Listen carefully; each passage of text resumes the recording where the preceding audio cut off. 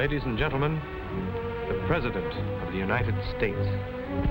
I do not need to tell you that we are still locked in a deadly struggle with our enemies, the enemies of our ways of life. And the war is still the chief job of each one of us, the greatest production of which we are capable, faithful adherence to regulations that make it possible to supply our men in battle with everything they need, and buying and holding war bonds. These are things that we at home must do to speed victory. In the past 3 years, more than 85 million Americans have invested billions of dollars in bonds. Never before have so many people held such a direct share in a great national effort to save, to buy, and to hold all that we can of war bonds. This is a small service to ask of us who do not fight. Yet it is one of the biggest things that we can do for our fighting men.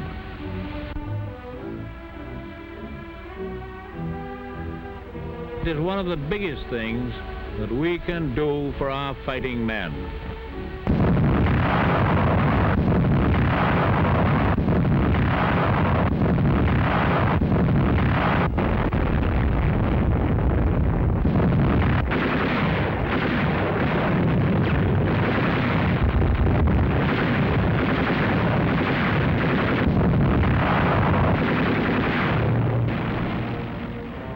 These are our fighting men, and these are our bonds in action. Now, this minute. Here in battle, they speak to the enemy in words of steel and voices of thunder. Here right now, you, John, are speaking. And you, Mary. And you, Mike. And you, and you, and you. You're speaking because your name is on a piece of paper, a war bond. And the enemy listens to you and dies when America speaks.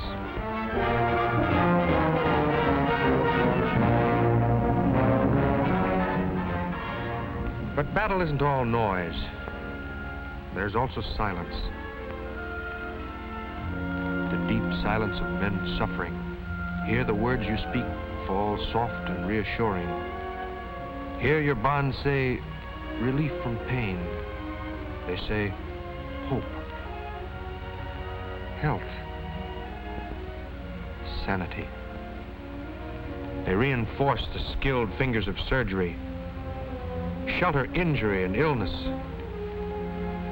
give back life itself to men who face losing it because it's their job. The power of life and death. Death to the enemy and life to our fighting men. That's a tremendous, a vital power, and you hold it in war bonds. You hold another power, too. Your war bond has two sides. One side fights the war. The other side wins the peace. Your own personal peace. As Mr. Philip Murray, president of the CIO, says, the Great Payroll Savings Plan, now numbering some 27 million workers, was introduced as a wartime measure to help finance the war and combat inflation. Few of us realized when it was introduced 3 years ago that it was also a powerful instrument for winning the peace. Through a program of regular savings engaged in now and carried over into the post-war era, the working men and women of America have an unprecedented opportunity to ensure themselves a substantial measure of security. Mr. William Green, president of the AFL. Men of labor know that in organization there is strength, and the men and women of America are today organized into a vast war bond army. If we remain united by buying and holding war bonds until they mature, we shall be taking a great step forward toward the realization of that security to which we look forward in the future.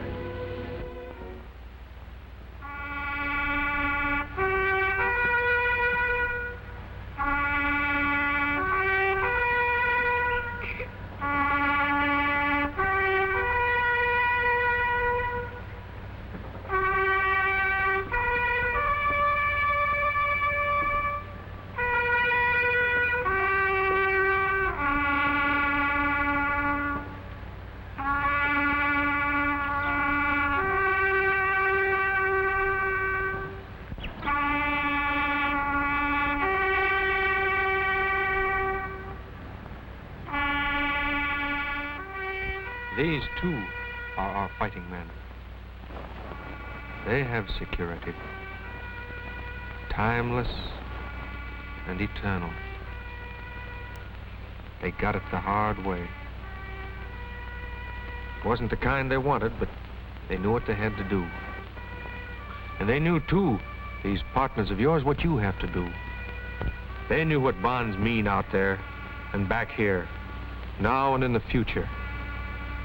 They knew what Mr. Eric Johnston, President of the United States Chamber of Commerce, means when he says, "The great industrial machine of America has performed miracles during this war, and it will continue to meet any demand that may be placed upon it until at long last victory is ours.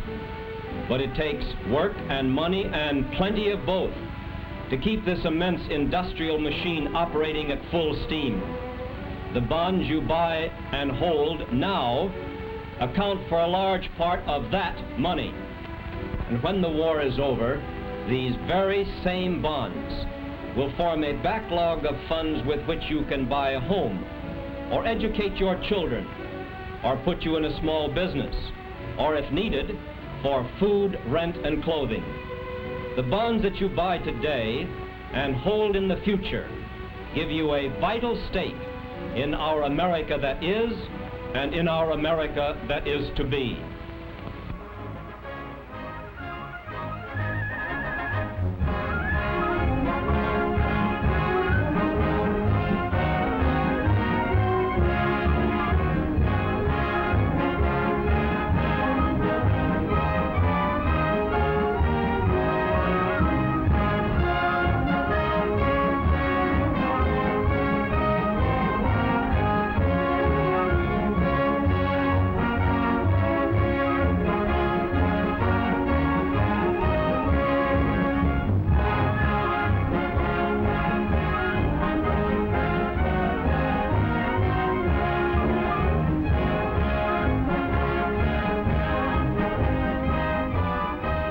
the America to be, where will you stand in it?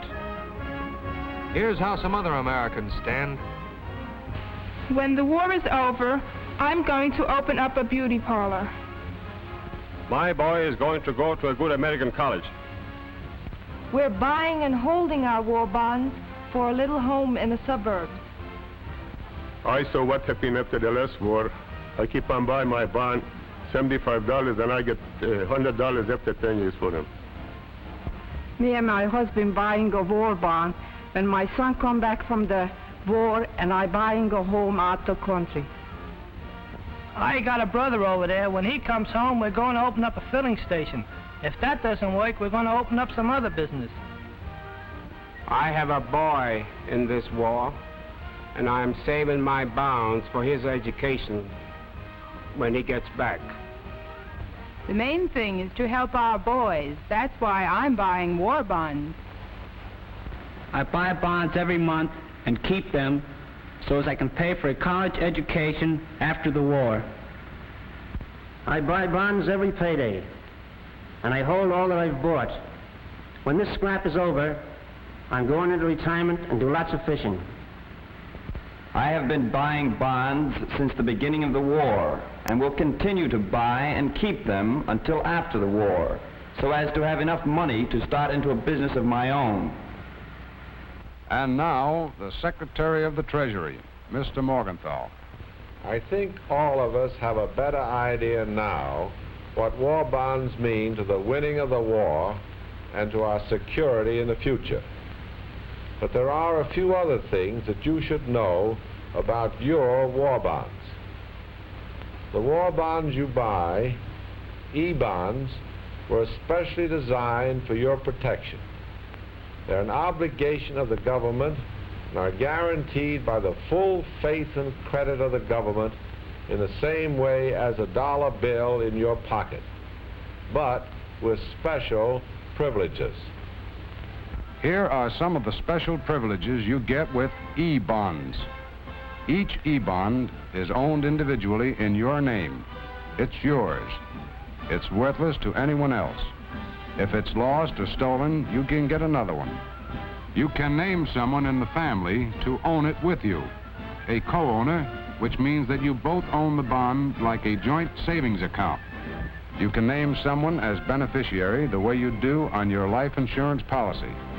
This means that if you die, whoever you name beneficiary will get the money. After 60 days, the E-bond is always redeemable in cash, and after 1 year, it is worth more than you put into it. The longer you hold the bond, the more it increases in value. For example, when you pay $75 for a $100 bond, this is what happens. The second year, it's worth $76.50. The fourth year, it's worth $80. The sixth year, it's worth $84. The eighth year, it's worth $92. At the end of 10 years, $100. As Secretary of the Treasury, I can assure you that the government will stand back of this bond and fulfill every provision of it. It'll be paid precisely and exactly according to terms under which it was issued. You have only to hold on to your bonds to receive the maximum return, for they are designed to favor those who hold them the longest. Keep buying them regularly and hold them to maturity. That's the story. Put every dollar you have into the green uniform of the E-bond. And for the nation's future, and for your own, hold them. They work for the war, and they work for you. I know what I'm talking about. I used to work in a war plant myself 2 years ago. Since then... But I'm still buying bonds. And so are my buddies, millions of them. We're buying them and we're holding them. Just like we held Henderson Field at Guadalcanal. You remember? But we're going right on. For America and our future. How about you?